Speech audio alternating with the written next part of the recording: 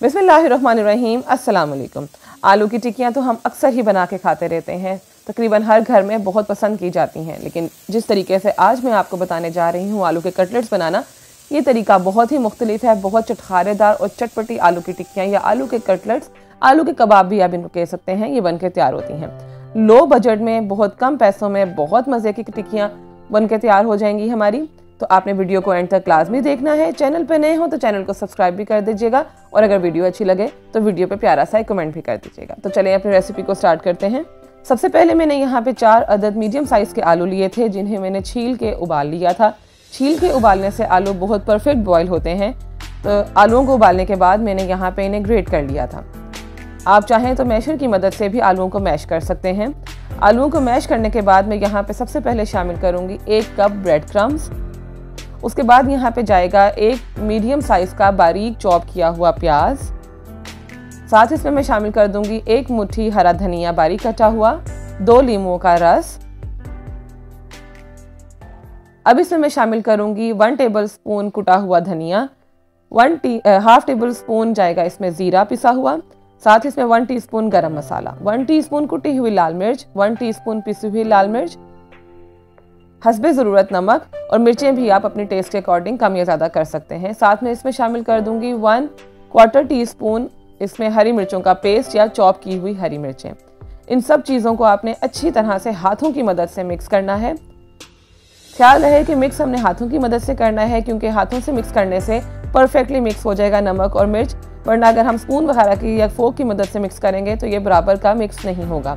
तो यहाँ पे अच्छी तरह से मैंने सब चीज़ों को मिक्स कर लिया है। मिर्चें मैं आपको हमेशा बताती हूँ कि लाल मिर्च की क्वांटिटी भी आप अपने टेस्ट के अकॉर्डिंग कम या ज़्यादा कर सकते हैं। अब हम एक इसकी परफेक्ट सी अलग कोटिंग तैयार करेंगे, जिससे ये टिक्कियों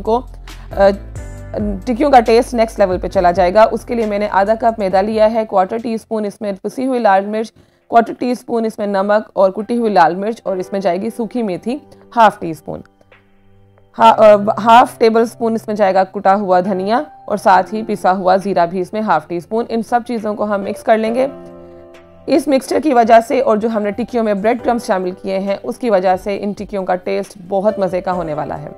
अब हम इनको शेप दे लेंगे कटलेट्स की। सबसे पहले हाथों को ग्रीस कर लिया करें। जब भी हम कोई भी कबाब वगैरह बनाएं तो हाथों को ऑयल ज़रूर लगाया करें। इस तरह करने से शेप बहुत अच्छी बनती है। एक मीडियम साइज़ के हम यहाँ पे कबाब बना लेंगे। आप चाहें तो इसको किसी भी तरह की शेप दे सकते हैं, लेकिन यहाँ पे मैंने इनको राउंड शेप दी है। किनारों को अच्छी तरह से बराबर कर लिया करें, स्पेशली आलू की टिक्कियों में किनारों को अच्छी तरह से बराबर करें, वरना ये फ्राई होते हुए खुल जाएंगे। कटलेट्स की शेप देने के बाद हम इसको कॉर्नफ्लोर का जो मिक्सचर तैयार किया है उसमें कोट कर लेंगे, और इसी तरह से बाकी के सारे कटलेट्स भी तैयार कर लेंगे। सिर्फ 4 आलूओं से काफ़ी ज़्यादा हमारे कटलेट्स से कबाब बन के तैयार हो जाएंगे। तकरीबन 12 से 15 कबाब हमारे बनके तैयार हो गए थे। और मैंने यहाँ पे जो शेप दी थी टिक्कियों को, वो बहुत छोटे कबाब नहीं थे। अगर आप इनको छोटी शेप देंगे, छोटे साइज़ के बनाएंगे, तो काफ़ी ज़्यादा आपके कबाब बन जाएंगे। अब हम अपने कटलेट्स को फ्राई कर लेंगे। एक पैन में अच्छी तरह से ऑयल को गर्म करेंगे और उन्हें मीडियम फ्लेम पे फ्राई कर लेंगे। बहुत ही क्रिस्पी ये कबाब बन के तैयार होंगे। आप एक दफ़ा ज़रूर ट्राई कीजिएगा।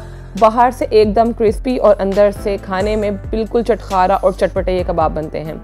जब भी कभी आपका कोई चटखारी सी चीज़ खाने का दिल कर रहा हो तो आप ये कटलेट ज़रूर बना के ट्राई करें, आपको बहुत मज़ा आएगा।